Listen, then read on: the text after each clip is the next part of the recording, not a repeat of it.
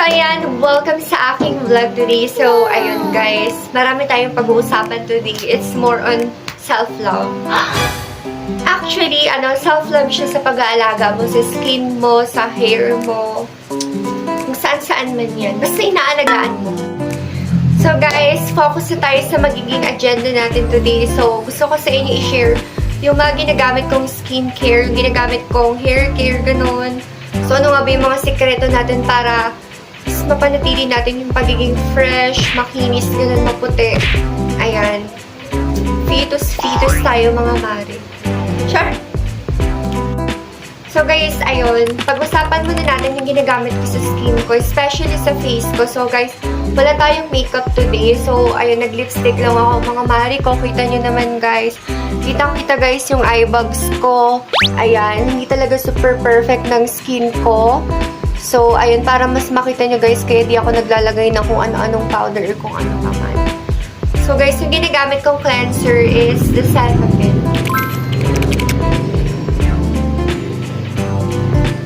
Cetaphil yung gamit ko, mga mare ko. Tingnan nyo. So, guys, this is 118 ml. Binili ko to sa TikTok shop. Minsan kasi naka-sale to around 250, gano'n, or 300. So, ganito lang kaliit. So, guys, napaka-perfect nito, guys, sa mga sensitive skin, sa mga dry skin, ayan, oily, as in, nade-deep cleanse talaga yung face natin dito. Dito talaga nag-clear skin yung face ko kasi before, ang dami kong ginamit na product, pero as in, nagbe-breakout pa rin talaga ako. So, umaarangkada pa rin, guys, yung inapakan ng kabayo. So, dahil dito, guys, ito yung nakatulong para mag-clear skin, para alam mo na, guys, kumalmado yung face ko. Ayan, guys. So, syempre, kailangan pa natin ng ibang products maliban dito kasi nga, kaya nga tayo nag-skincare. So, ibig sabihin, may mga pang-combo tayo para mas maging effective pa. So, guys, after naman yan, gumagamit ako na moisturizer. So, guys, this is Alien Moisturizer. So, guys, medyo expensive siya. Around 600 to 700 ng isang ganito. Alien with ceramide na moisturizer. So, this is Soothing Atogen. So, guys, perfect to, guys, sa mga dry skin. Ayan. Lalo na, guys, ngayon summer, super mainit. Nagda-dry talaga yung pagmumukha natin. So, guys, kailangan natin siyang i-hydrate. Okay? Huwag nating mahayaang ma-dehydrate yan. Maging dried fruit. Kaya, guys, ito yung ginagamit ko sa umaga and bago matulog. So, pagising mo ng umaga, super fresh ng face lock mo. And then, guys, tip ko din, gumamit kayo ng silk na tela sa mga punda ng unan mo, kagaya nitong unan ko. Silk para, guys, iwas tayo sa mga chismis sa pagmumukha natin. Compare sa normal lang na pillowcase. So, gamit tayo ng mga silk.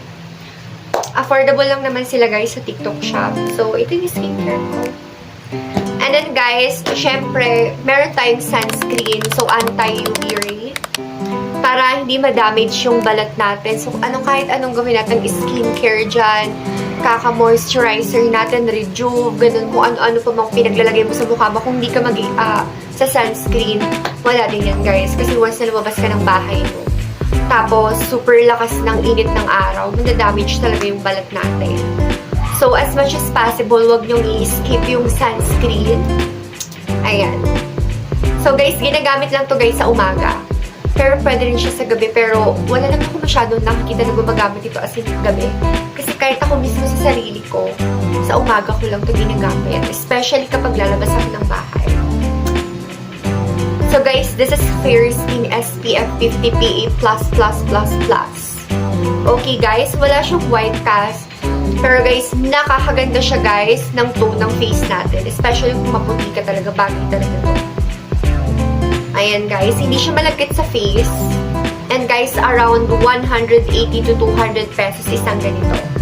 So, pang matagal na nito, at least 1 month to 2. Ganun. Ayan, depende yan sa pag-consume mo. Kung oras-oras naglalagay ka, edi mabilis talaga maubos. Pero recommended talaga, guys, every 2 to 3 hours nilalagay ang sunscreen. Pero for me, okay naman na yung isang beses sa umaga. Tapos, depende kung lalabas ulit ako ng tanghali, maglalagay ulit ako, mag-reapply. guys, thank you very much sa panonood ng aking video. Sana may natutunan kayo. So guys, yan yung ginagamit ko sa face ko. So next time naman guys, i-continue natin yung vlog natin. So mag-focus naman tayo sa hair natin. So kung paano natin ito napapanatiling malambot. So ayun lang muna guys, about muna sa skin natin. And marami pa tayong pag-uusapan. So meron tayo sa skin natin sa kamay. So for now sa face muna yun. Bye guys, thank you very much.